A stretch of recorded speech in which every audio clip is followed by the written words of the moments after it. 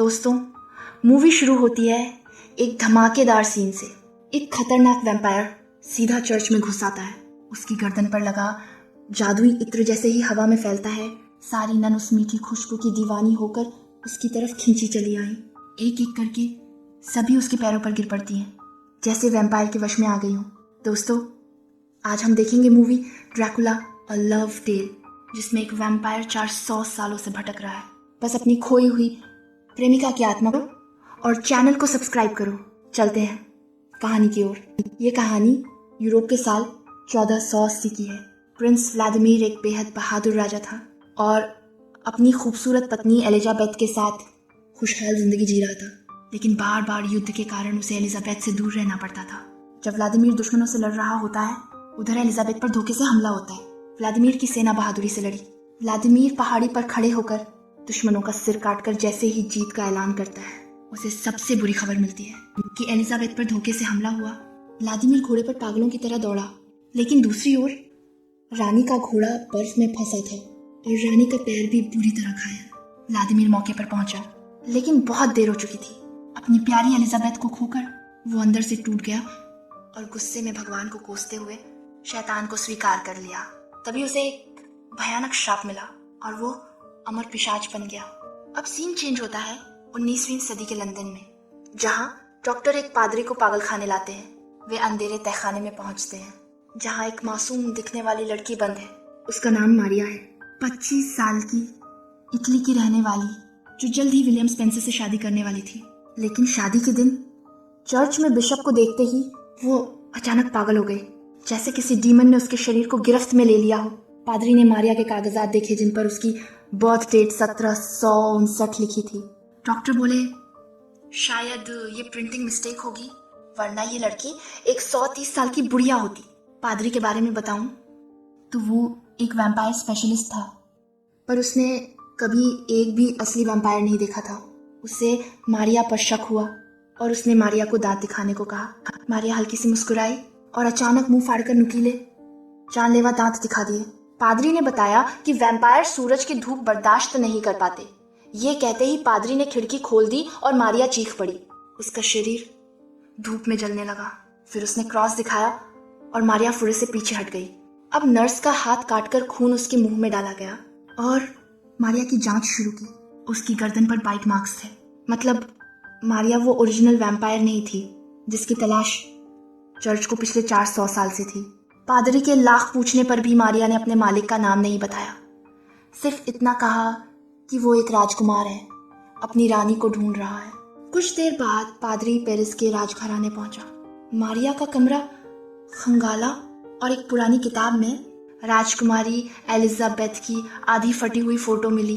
अब कैमरा हमें दिखाता है एक जवान वकील जोनाथन, जो एक डरावने, भूतिया और सुनसान महल में पहुंचता है। उतरने से पहले ड्राइवर उसे जबरदस्ती एक क्रॉस पकड़ा देता है। जोनाथन को ये काफी अजीब लगता है और वो जल्दी से अपने क्लाइंट का काम निपटाने महल में पहुंच गया। अंदर घोर अंधेरा था। काफी देर तक आवाज लगाने के बाद अचानक सफेद बालों वाला दुबला पतला बूढ़ा आदमी आता है। जोनाथन ने खुद को इंट्रोड्यूस किया।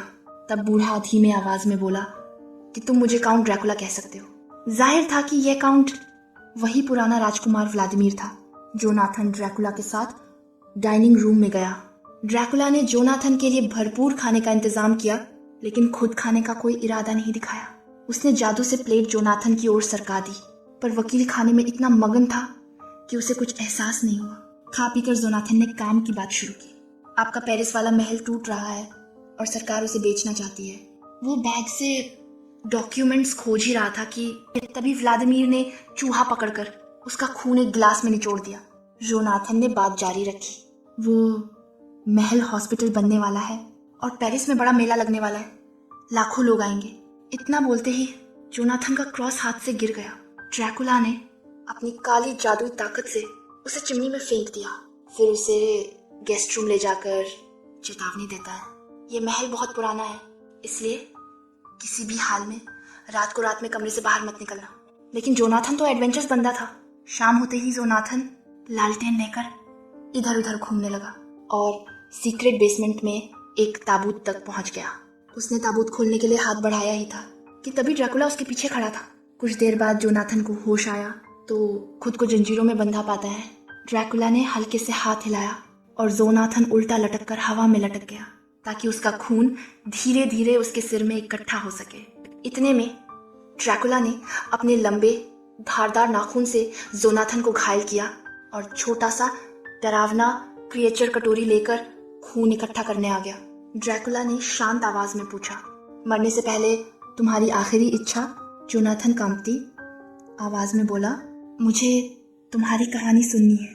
ड्रैकुला ने उसे नीचे उतारा और अपनी 400 साल की दर्दनाक दास्तान सुनाना शुरू की। मैं कभी चर्च का सबसे वफादार सेवक था, फिर भी भगवान ने मेरी पत्नी छीन ली। मुझे मारा भी नहीं, बस जीने का श्राप दे दिया। पर ड्रैकुला को पुनर्जन्म में विश्वास था, इसलिए पिछले 400 सालों से वो एलिजाबेथ के पुनर्जन्म की तलाश में लगा हुआ है। लेकिन कुछ महिलाएं चर्च में नन बन जाती हैं, जिससे मेरी खोज और मुश्किल हो गई है। मैं सैकड़ों सालों तक एक भूत की तरह भटकता रहा और मैंने कितनी बार मरने की कोशिश की, पर हर बार असफल रहा। उसने बताया कि 400 साल तक मैं भूत की तरह भटकता रहा। सभी इच्छाएं खत्म हो गई, यहाँ तक कि अपनी जिंदगी खत्म करने की इच्छा भी। पिछले 400 साल बस उसकी तलाश में जल जल कर काटे हैं। उसे ढूंढने के लिए मैंने एक खतास इत्र की खोज की। सबसे पहले मैं बगदाद गया, जहाँ के बागों में हजारों किस्म के फूलों के बारे में जाना। फिर मैं भारत पहुंचा, वहाँ फूलों के रस से इत्र बनाना सीखा। अंत में इटली लौटकर लैवेंडर के खेतों से जादुई फूल इकट्ठा किए और कारीगरों से ये इत्र तैयार करवाया। उसने कहा, इस खुशबू में काला जादू है, ये किसी के भी दिल दिमाग पर कब्जा कर सकती है। मेरे यूरोप के हर शहर में घूमने के बाद भी मुझे एलिजाबेथ नहीं मिली। आखिरकार मैं फ्रांस आया। यहाँ के राजा की पार्टी में मुझे वो चेहरा दिख गया जिसका मैं दीवाना था, लेकिन उस चेहरे के अलावा उस औरत में एलिजाबेथ जैसा कुछ भी नहीं था। यहाँ देख मुझे समझ आया कि मैंने जिंदगी के 400 साल बर्बाद कर दिए। गुस्से में उसने पार्टी के सारे लोगों को वैम्पायर बना दिया और एलिजाबेथ को ढूंढने का काम अपने गुलामों को सौंप दिया। मारिया भी उनमें से एक थी, लेकिन सालों बीत गए, किसी को कुछ हाथ नहीं लगा। दुख और निराशा से मैंने महल से बाहर निकलना बंद कर दिया, इस उम्मीद में कि कभी मेरे गुलाम मेरी प्रेमिका के बारे में कोई खबर लाएंगे। जोनाथन इमोशनल होकर कहता है, मैं भी यहाँ आने से पहले अपनी प्रेमिका को शादी के लिए प्रपोज कर चुका हूँ। हम जल्दी शादी करने वाले हैं।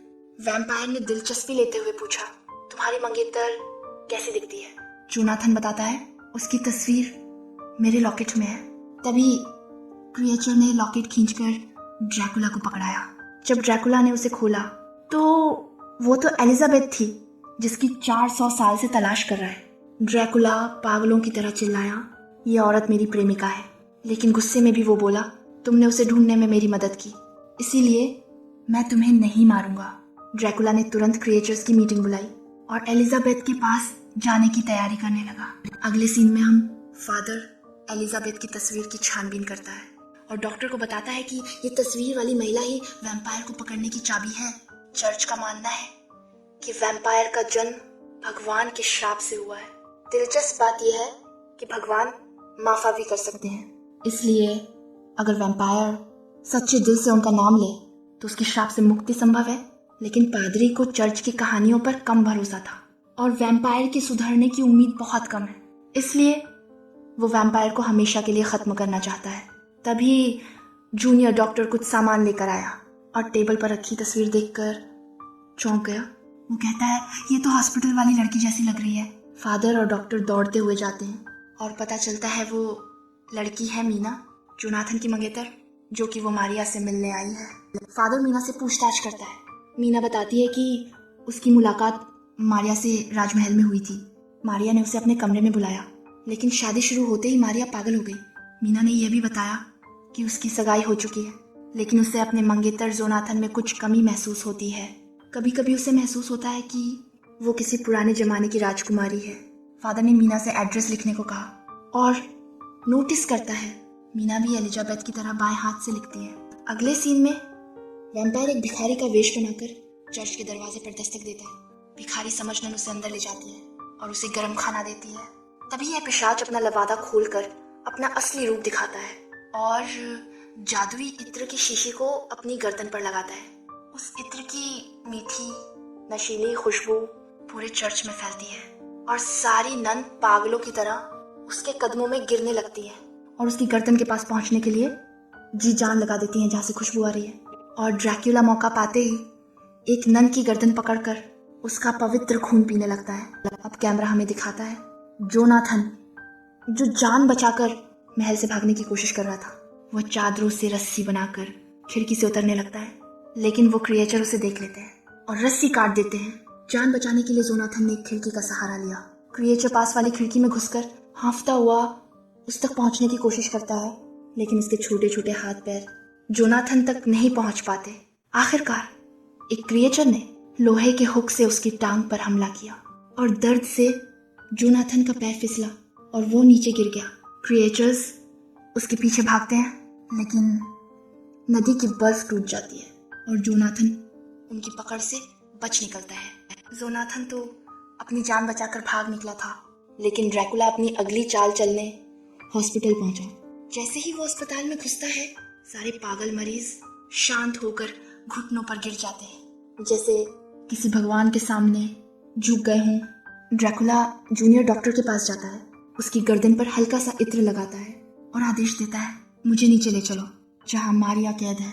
अब फादर को एक पुरानी किताब में आखिरकार वैम्पायर की रियल फोटो मिल गई थी। तभी एक जवान लड़का भागता हुआ आता है और बताता है कि डॉक्टर तुरंत मिलना चाहते हैं। डॉक्टर ने बताया कि मारिया ने जूनियर डॉक्टर को मारने की बजाय उसे वैम्पायर बना दिया।